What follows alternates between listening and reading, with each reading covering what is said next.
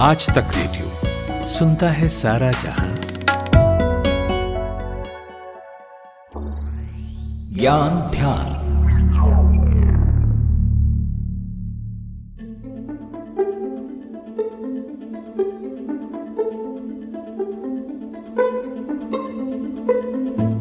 गुणी लोग बताते हैं कि हम जिस तरह के समाज में रह रहे होते हैं या फिर जिस ट्रेंड को फॉलो कर रहे होते हैं, रफ्ता रफ्ता हमारा चीजों को देखने का नजरिया भी वैसा ही होता चला जाता है। ऑक्शन या नीलामी शब्द सुनते ही आपके दिमाग में पहली छवि क्या बनती है? आईपीएल या फिर किसी सरकारी कंपनी की नीलामी या फिर फिल्मों का वो दृश्य जहां किसी आर्टिकुलेटेड पेंटिंग की बोली लग रही हो। इस तरह के कुछ दृश्य हैं जो फौरन हमारी आंखों के सामने नाचने लगते हैं। पर क्या वाकई ऑक्शन महज इन चीजों तक महदूद है? जवाब है नहीं। नीलामी का इतिहास और दायरा बहुत व्यापक रहा है। कितना व्यापक, आज बताएंगे आपको। नमस्ते, आज तक रेडियो पर ज्ञान ध्यान सुन रहे हैं आप, और आज बात करेंगे ऑक्शन यानी नीलामी के इतिहास और इसके अलग अलग प्रकार की। मेरा नाम है शुभम तिवारी। इतिहास के पन्नों को अगर आप पलटें तो पहली बार ऑक्शन का जिक्र जीसस क्राइस्ट के जन्म से 500 बरस पहले के आसपास मिलता है। बेबीलोन नाम का शहर जो अब इराक का हिस्सा है, वहां ऑक्शन हुआ करता था। किसका ऑक्शन होता था? लड़कियों का। पेंटिंग्स वगैरह का नहीं, लड़कियों का ऑक्शन होता था। साल में एक बार होने वाली इस नीलामी में पेरेंट्स को अपनी एक लड़की छोड़ के बाकी सबको नीलामी के लिए हाजिर करना मैंडेटरी था। सुंदर लड़कियों के लिए खूब कीमत मिला करती, और जो सामाजिक पैमाने के लिहाज से सुंदर नहीं है, कुरूप हैं, उन लड़कियों के लिए उल्टे पेरेंट्स को ही पैसे देने होते थे ताकि उनकी नीलामी हो सके। ये परंपरा का एक हिस्सा था। इस तरह की नीलामी से ही लड़कियों का भविष्य तय हुआ करता था, और ये कमोबेश गुलामी जैसा ही था। सो इतिहास में नीलामी का जो पहला जिक्र है, जो न सिर्फ डरावना है बल्कि मानवीय मूल्यों के लिहाज से बेहद घटिया भी। इसके कुछ 100 बरस बाद नीलामी का एक बदला फॉर्मेट हमें रोम में दिखाई देता है। पहले हमने बात की बेबीलोन की, अब रोम की। युद्ध के बाद रोमन सैनिक लुटे हुए सामानों को बेचने के लिए नीलामी करवाया करते थे। नीलामी का जिम्मा किसी खास कारोबारी को दिया जाता था, और यहाँ सामानों की कैटेगरी होती थी। जैसे फला कारोबारी घर से जुड़े सामानों की नीलामी कराएगा, तो कोई दूसरा कारोबारी जो है वो बाहर के सामानों की। रोमन लोग अपनी चीजें बेचने के लिए भी नीलामी का ही सहारा लेते थे। इसी दौर में हुई एक नीलामी बड़ी मशहूर है, और इसके पीछे की कहानी और दिलचस्प। सूरज से सुनिए। 193 ईस्वी में रोमन राजा पर्टिनैक्स की हत्या हुई।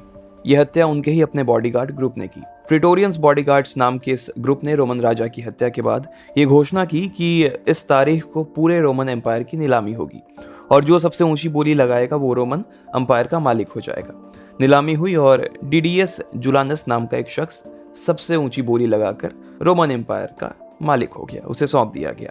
हालांकि इस घटना ने सिविल वॉर को जन्म दे दिया, और 2 महीने के अंदर ही सेप्टिमस सीवियरस ने लोगों के समर्थन से रोम एम्पायर पर अपना कंट्रोल ले लिया। लेकिन उस 2 महीने के दौरान रोम नीलामी में सबसे ऊंची बोली लगाने वाले के हाथ में ही रहा।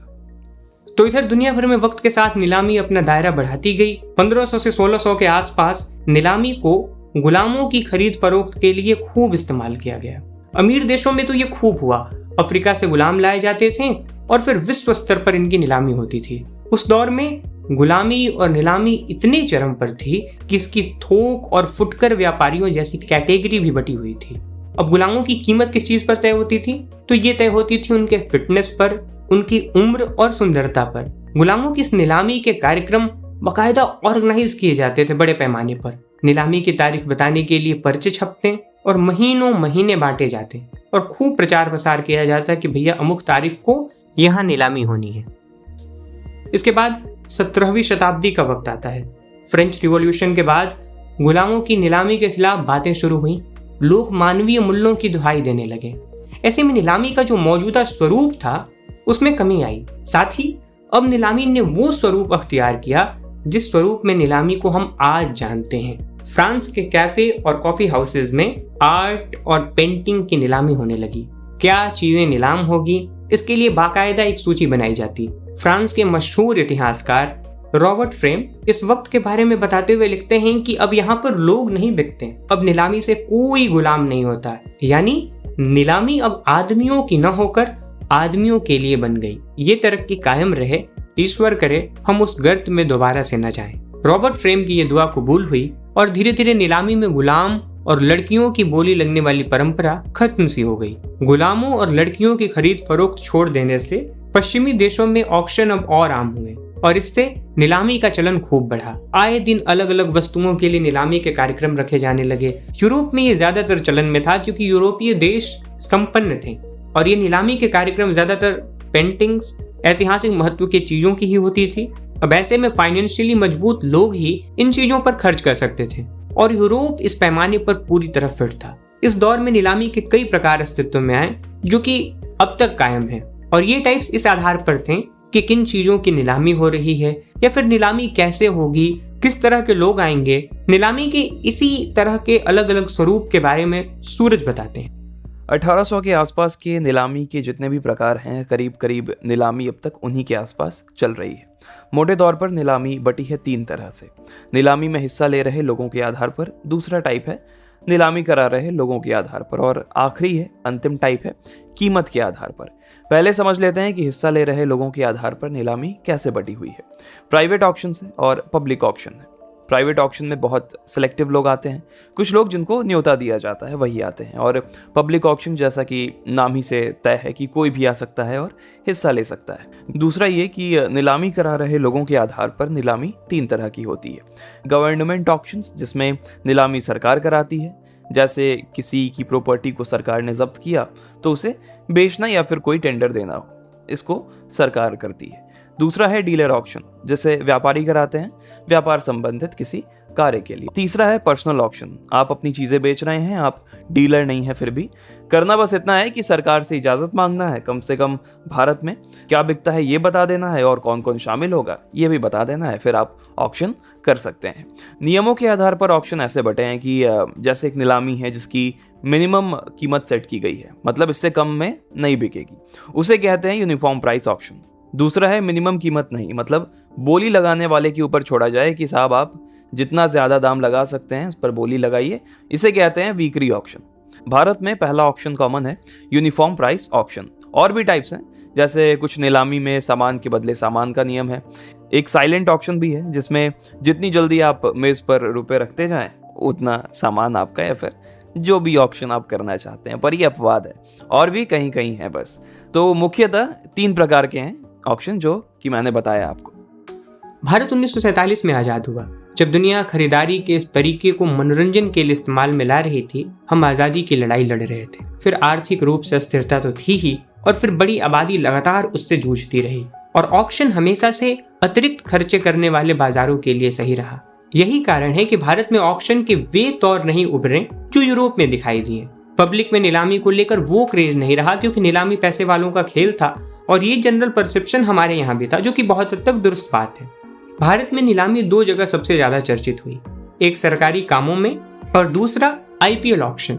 आईपीएल ऑक्शन कितना बड़ा और ग्रैंड है ये बताने की जरूरत नहीं, और सरकारी कामों में इसका ज्यादातर इस्तेमाल ठेके देने के लिए, मतलब कॉन्ट्रैक्ट्स के तौर पर, या फिर कंपनियों की बिक्री के लिए किया जाता रहा।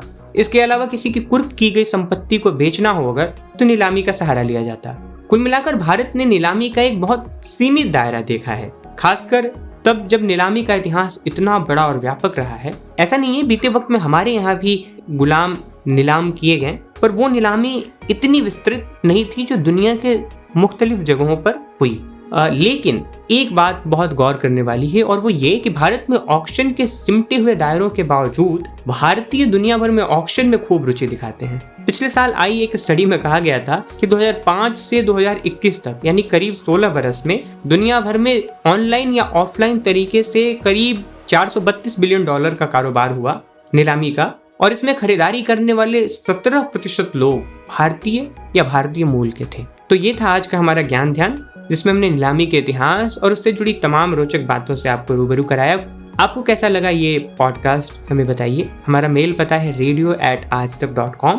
अगर आप लिखने में सहज नहीं हैं तो आप अपनी प्रतिक्रियाओं को व्हाट्सएप पर भी भेज सकते हैं। नंबर है 9953323303। कोई और विषय हो जिस पर आप ज्ञान ध्यान चाहते हो तो आप हमें ज़रूर बताइए। आज के इस पॉडकास्ट के लिए ज़रूरी रिसर्च और स्क्रिप्टिंग की थी हमारे साथी रोहित अनिल त्रिपाठी ने। साउंड मिक्सिंग थी अमृत रेगी की। शुभम तिवारी के साथ थे आप। फिलहाल इजाज़त दीजिए। नमस्कार।